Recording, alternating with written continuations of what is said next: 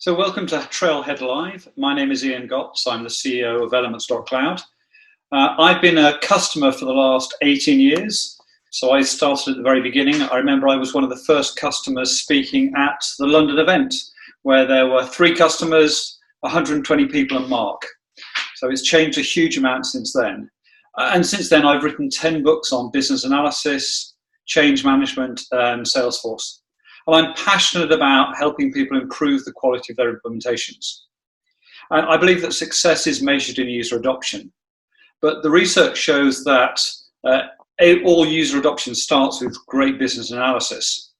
And I think many of us rush to start building before they do enough analysis because we feel we need to get going. But analysis comes before automation. It comes before build, before configure, and before code. Just check the dictionary. So what I want to show you is how great analysis will actually get you a better answer more quickly. So first of all, I want to think about the overall implementation life cycle. So this could be any application, but we're going to focus on Salesforce. So we have the analyze phase, where we start to understand what we want to go and build. We have the build phase. Then we have the deliver phase, where we're migrating from sandboxes into production, and then the operate phase, where we're trying to drive up user adoption.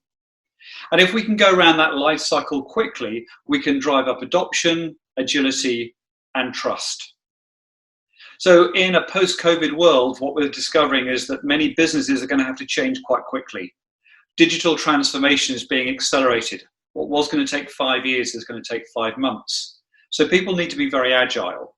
Those business models that worked 3 months ago probably won't work in 3 months' time. But we're not sure what that new business model will look like. So we'll be iterating, and therefore we need the business to be very agile. So to support that, we need a rapid implementation lifecycle. We need to be able to go around this lifecycle quickly. So typically that implementation lifecycle for organizations may be a month.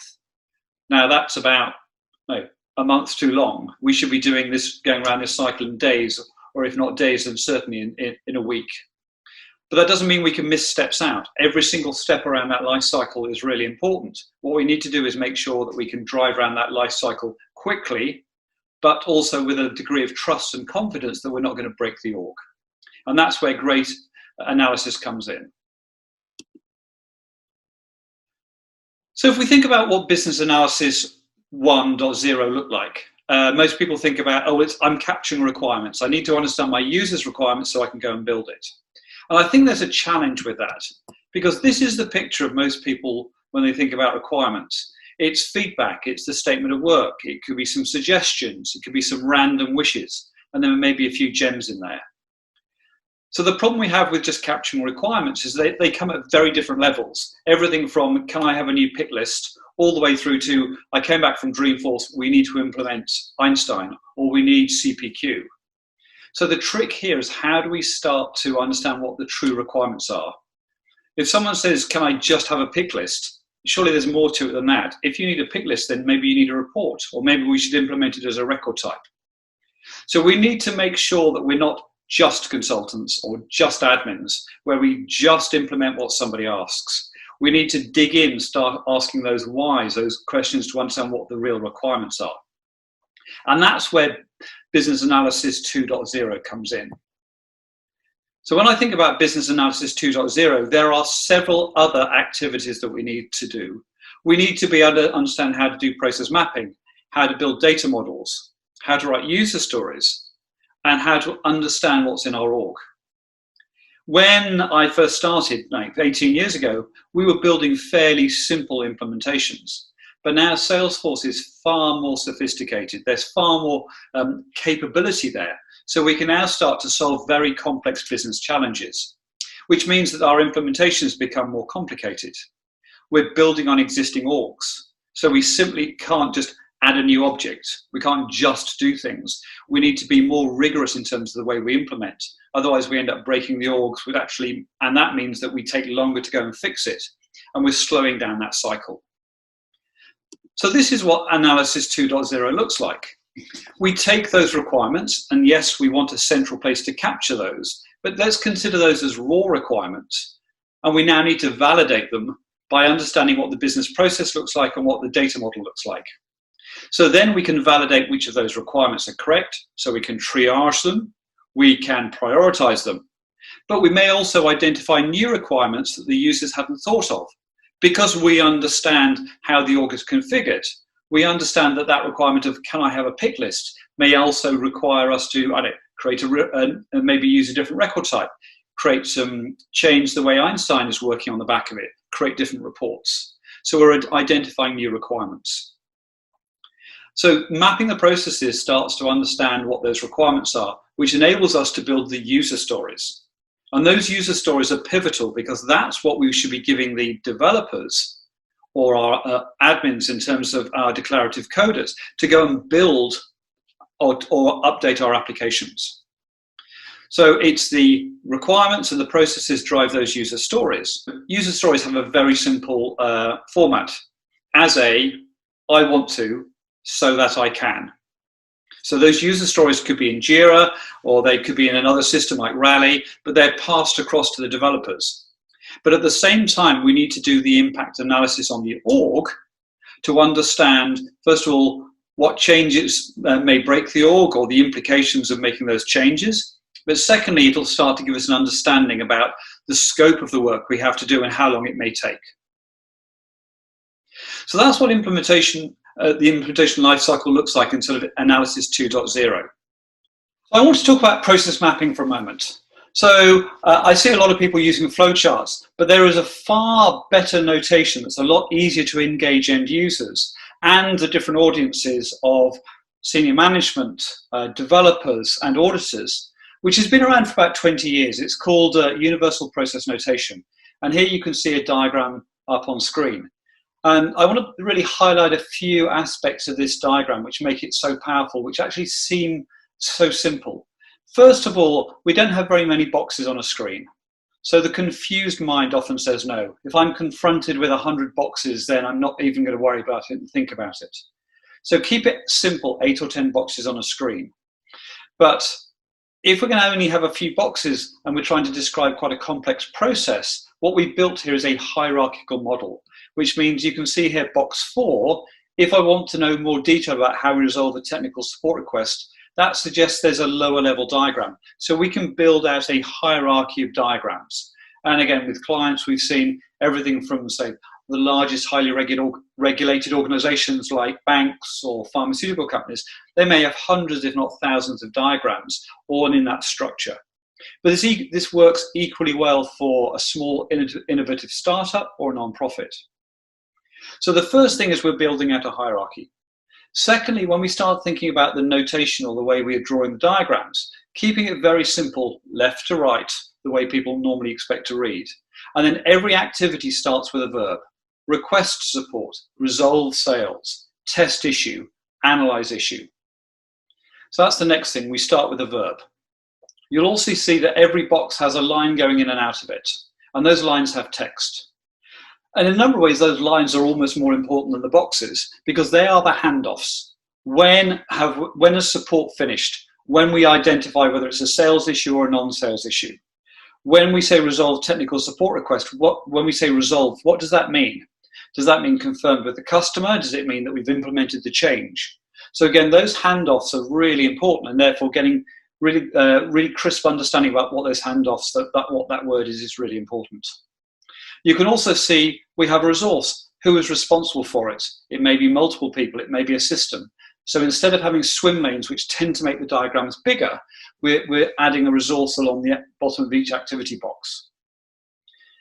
We've talked about the drill downs, but the other thing is this paperclip. You can attach supporting information. So this could be the standard operating procedure. It could be the link to a video for how you do this. It could be a link to a system or to maybe to a metric, to a dashboard. So we can start to add supporting information that already exists and then provide it in context. And the last thing that people ask me about is, so I can understand why we don't have swim lanes, but where are the diamonds? I want to see the diamonds, the decisions. Well, there is a decision implicit in here. We come in with a non-sales issue. It's either resolved or it's identified as a new issue. So inside this box is that decision box. If we want to know how that decision is made, we can drill down on that corner to the next level of detail. So again, what we've discovered is that if you don't have swim lanes and you don't have the decision boxes, you can make the diagrams a lot smaller. And there's an example in the trail mix at the end where we've taken a typical flowchart diagram and then drawn it in this new notation. And there literally are half as many diagrams and there's more information. So I said I'd talk about the different audiences. So clearly there's the first audience, which is the end user. And we're using those to engage them, to understand what their business process looks like, to triage and validate the requirements. Obviously, the developers can use the process maps so they can see their user stories in context. So they need to dig in more detail to understand exactly what that user story means. The other people who can see that is actually the management team. They can look at that process to identify what the leading metrics are. A lagging metric may be sales that were made last month. We want to go and understand what the leading metrics are. So we might look at it and go, well, how many sales got closed? So before that is how many leads got generated? And before that is how many campaigns did we run? If we understand the process, we can start to look at and identify those leading metrics. It also means we can focus our understanding about, right, it may be we're not making enough sales, and it may not be because the people aren't performing. It may be because we don't have decent quality leads. So again, it puts those metrics in context. The last audience is the auditors. If you're in a regulated industry, then the auditors will use these process maps to understand, are you following due process? So that means that these process diagrams are used by the end users as their training material. If they don't understand how to do something, how to follow an end-to-end process, these process diagrams can be popped up in the context of Salesforce. So these process diagrams are really valuable, but therefore we need this simple notation to make sure that all of those different audiences have the same understanding about what the process looks like. So what we need here is a metadata dictionary, some documentation hub so we can start to store that analysis and then reuse it. And you can see the blue lines are where we're actually populating that metadata dictionary, and the red lines are where we're reusing the documentation. So you can start to see that lines are coming in from the requirements, from the processes and ERDs, from the user stories, and it's coming back out for impact analysis. It's being used by configure code. When we start to document, again, a step that's often missed, we're documenting the changes that we're making, we're populating that metadata dictionary. And obviously when we're testing, we're starting to use that content. And then for the rest of the cycle, we can start to see how we're both using and populating that metadata dictionary. Now, we don't need to create that metadata dictionary by hand, nor is it an Excel spreadsheet. We can use the APIs that Salesforce provides to go and populate a database, this metadata data dictionary, but also we can create some automated documentation, so we don't have to do it all by hand. The power of actually having this central hub means that we have one central place, one central source of truth, if you want, of that analysis. So we're not taking it into an Excel spreadsheet, into another document, out of that into another system, back into a spreadsheet. So mistakes get made in terms of those handoffs. Time gets wasted in terms of those transfers. So also the reuse of the documentation means that we can speed up the implementation, and also we can actually have better business analysis, which will then reduce the risk of our implementations, which again means that we can go faster. So the whole principle of this is, how do we go around this cycle faster? So let's have a look in a little bit more detail about what's going in and out of that metadata dictionary. You can see there from the requirements, when we're generating requirements, they're being populated in the metadata dictionary. When we start to create those process maps and the ERDs, the entity relationship diagrams, again, they're being populated. But again, the metadata dictionary can relate the two. These processes are actually being changed because of these requirements. And then when we start to build those user stories, again, back into the metadata dictionary, because the user stories can be linked back to the requirements and the process maps. So when we pass those to the developers, they have some context. They're not just looking at a user story. If they need more information, they can go back and reference the process map to understand how it works. So the important thing about all of this is this content lives inside this cycle. We don't implement Salesforce just once. We're constantly inventing it. As new requirements come in, as we have the new releases coming through from Salesforce. So we need this documentation needs to continue to grow. Someone said the other day that Salesforce should be like a fine wine or a classic sports car. It should improve with age, rather than getting worse and more difficult to use. And I completely agree with that, and that's why we're trying to go around this cycle. So we've got our requirements, got our process maps, our user stories, and the metadata dictionary. We combine that with the automated documentation, and now we've got some very powerful org analysis. We can start to see where fields are used, where fields are populated. Maybe we can start to understand how those process builder workflows or how record types are used in the context of the process. And we can start to then build up an understanding about what changes may need to be made to the system, and also then start to scope it.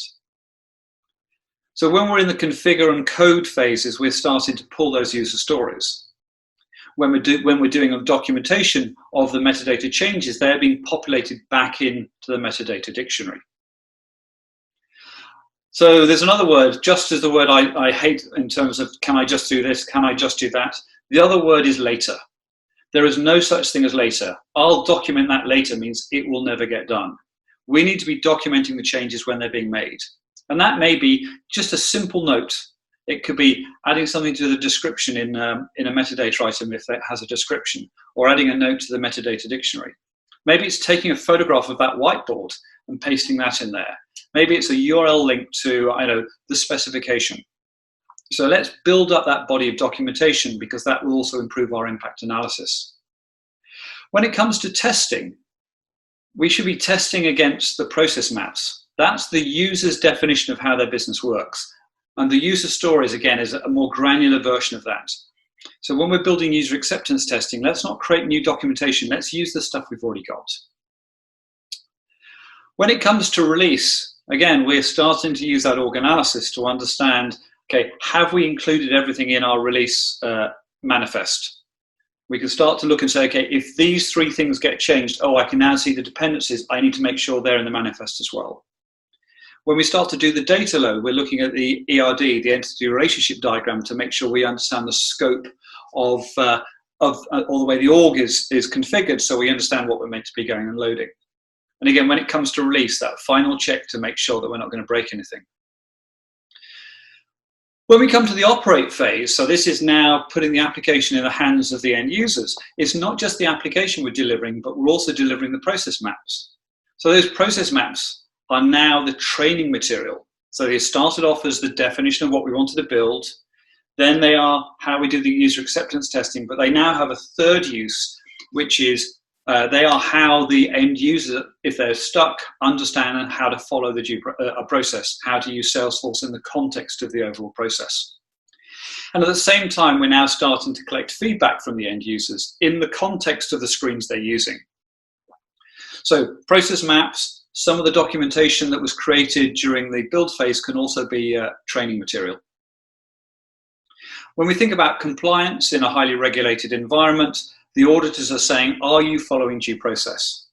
And therefore, we're using those process maps for in a fourth situation, and then we're getting sign-off for end users to say, yes, they've seen those changes for those particular processes which are highly regulated. And that feedback then feeds back into our requirements, and then we go around the cycle again. Now, this may seem very complicated, but we're doing all these things anyway. The problem is that they're all in disparate documents, in disparate systems. If we can then aggregate them in one place, then suddenly we've got a huge level of power, and we can start to go around this cycle more quickly with a level of confidence that we're not going to break anything. So if I think about the benefits of this approach, we can reduce that release cycle time, which means that we can make smaller changes, which means that the users can adopt them more easily, and we can drive up adoption. We can reduce the rework and reuse the analysis, which means, again, we can be a lot more agile and drive around that cycle more quickly. And finally, we can reduce the risk of breaking the org, which is increasing trust. So what's the downside? I can't think of any. So we've created some content. There's a trail mix which starts to dig into a bit more detail to start to explain, how to capture requirements, some process mapping notations which make it very easy to engage end users, and some high-level documentation that thinks about how digital transformation will look like post-COVID. So thank you for joining me for this short session. I hope you enjoyed it, and please check out the resources in the trail mix.